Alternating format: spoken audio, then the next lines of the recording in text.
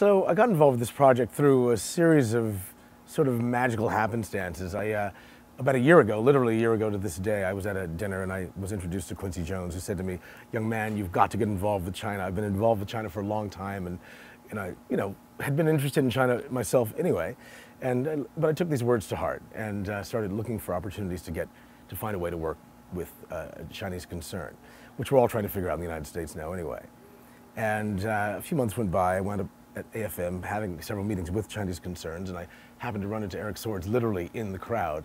And we shook hands, and he gave me a card and said, I'm working with a company from China. And that was a very good sign. And then a few days later, he gave me a script, which I fell in love with, which was Z's script. And I read it and went crazy.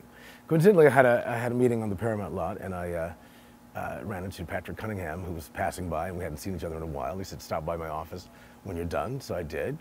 And we had a very good catch up and talked about all of the things we were involved with. And on my way out, I noticed a picture on his desk of him and Quincy Jones, which was like, oh, I spoke to him earlier and he said, "You've got to get involved with China." And Patrick said, "Well, funny you should mention China.